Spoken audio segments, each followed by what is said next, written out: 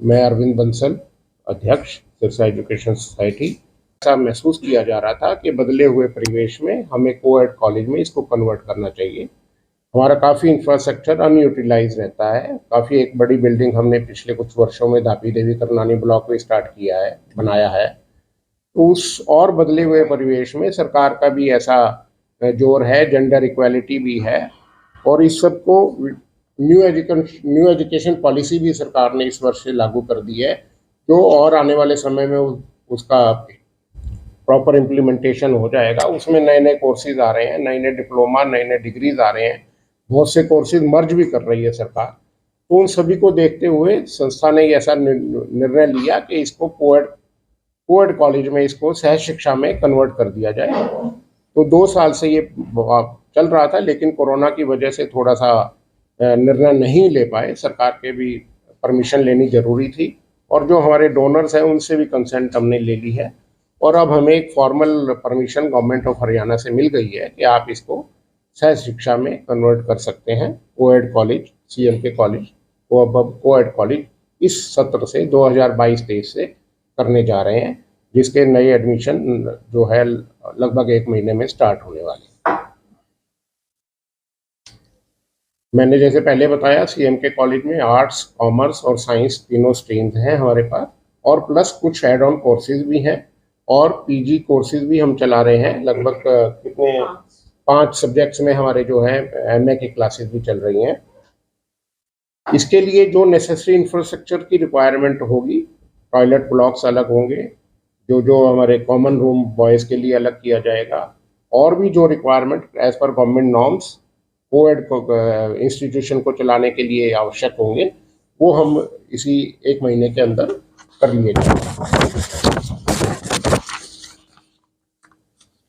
Future planning में Sirsa education society की आपसे साझा करना चाहूँगा, जिसमें एक कोएड कॉलेज को कन्वर्ट करने की बात थी, वो ऑलरेडी हमें परमिशन मिल गई, और इस सत्र से वो हम शुरू भी करने जा रहे हैं।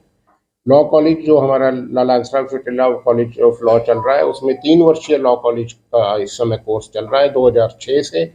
उसमें हमने 5 ईयर का इंटीग्रेटेड कोर्स जो है वो अप्लाई किया हुआ है। इसमें हमें सरकार से भी परमिशन मिल चुकी है, हरियाणा सरकार से, और चौधरी देवीलाल यूनिवर्सिटी से भी उसकी परमिशन मिल चुकी है। अब हमारा बार काउंसिल ऑफ इंडिया के पास हमारी फाइल पेंडिंग है, और शीघ्र ही जो है उसकी परमिशन आने की उम्मीद है, और मुझे पूरी उम्मीद है कि हम 2022-23 के सत्र से 5 ईयर का लॉ कॉलेज में कोर्स शुरू करने जाएंगे। इसके साथ ही लाला सोमनाथ गंडा ऑडिटोरियम है हमारे पास, लगभग 1000 स्टूडेंट्स की कैपेसिटी का। उसमें जो है शहर के ही गंडा परिवार ने दान स्वरूप कुछ राशि उपलब्ध करवाई थी, और उनके पूर्वजों के नाम से वो चल रहा है। उसका हम जो है लगभग 20-25 साल पुराना है, तो उसका मेजर रेनोवेशन हम करने जा रहे हैं। उसको वातानुकूलित भी करने जा रहे हैं, और उसका इंटीरियर और सारे सीटिंग प्लान, सारे साउंड सिस्टम वगैरह सब जो है उसका लगभग 2-2.5 करोड़ रुपए का उसका एस्टिमेट है। वो भी 2023 के मध्य तक हम उसका काम चल रहा है, वो पूरा कर लेंगे। और पूरे संस्था में न्यू बिल्डिंग कोड के हिसाब से जो फायर प्रोटेक्शन सिस्टम है, सरकार के जो नए नियमों के अनुसार, पहले हमारे हर निजी संस्था को अलग से फायर का नो ऑब्जेक्शन सर्टिफिकेट मिला हुआ था, लेकिन अब सरकार ने बड़े प्रांगण में नई बिल्डिंग कोड के अनुसार फायर प्रोटेक्शन सिस्टम लगाने की जो निर्देश जारी किए हैं, उसका लगभग काम 40-50% पूरा हो चुका है, और आने वाले 15-20 दिन में उसकी एनओसी हमें मिल चुकी है। और जैसे ही वो प्लान हमारा पूरा इंस्टॉल हो जाएगा, हम इंस्पेक्शन करवा के सरकार से वो उसकी परमिशन हमें मिल जाएगी। इसके अलावा सिरसा एजुकेशन सोसाइटी के जो पिछले 2 वर्ष निकले हैं, उसके बारे में थोड़ा सा और बताना चाहूँगा कि पिछले 2 वर्षों में सिरसा एजुकेशन सोसाइटी को लगभग 1 से 1.25 करोड़ रुपए का नुकसान हुआ है कोरोना की वजह से। कारण विशेष ये रहा कि संस्था का कभी प्रॉफिट मोटिव नहीं रहा, यहाँ पर कोई मनी मिंटिंग नहीं है। यहाँ पर जितने मेंबर्स हैं वो कोई जो है सब निस्वार्थ सेवा करते हैं, और बच्चों की जो फीस नहीं आई हमने माफ़ भी की, एनुअल चार्जेस भी हमने माफ़ किए। किसी भी स्टाफ को हटाया नहीं गया पिछले 3 वर्षों में, और किसी की हमने तनख्वाह कम नहीं की, ना किसी को तनख्वाह हमने रोकी है।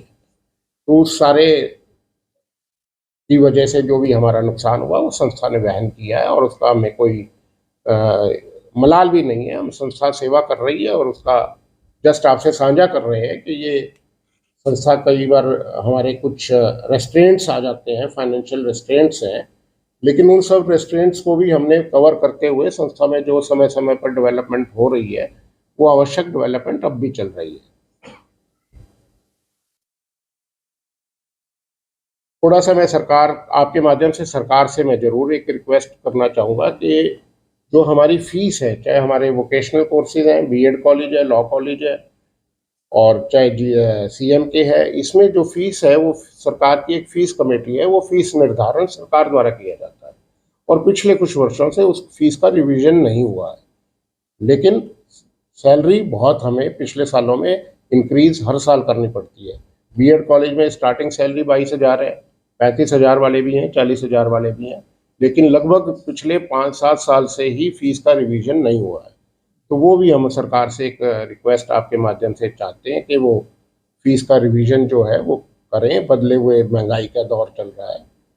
सीएम के कॉलेज में जैसे कितनी संख्या जो रहती है उसके अलावा कितनी और सीटें बढ़ जाएंगी, कितना लाभ शिक्षा को और मिलेगा? लगभग 1,000 इस समय संख्या इस समय जो है लगभग 1,000 हमारे पास गर्ल स्टूडेंट्स हैं और मैं ऐसा समझता हूँ कि 500 से 700 तक हमारे एडमिशन बढ़ने चाहिए।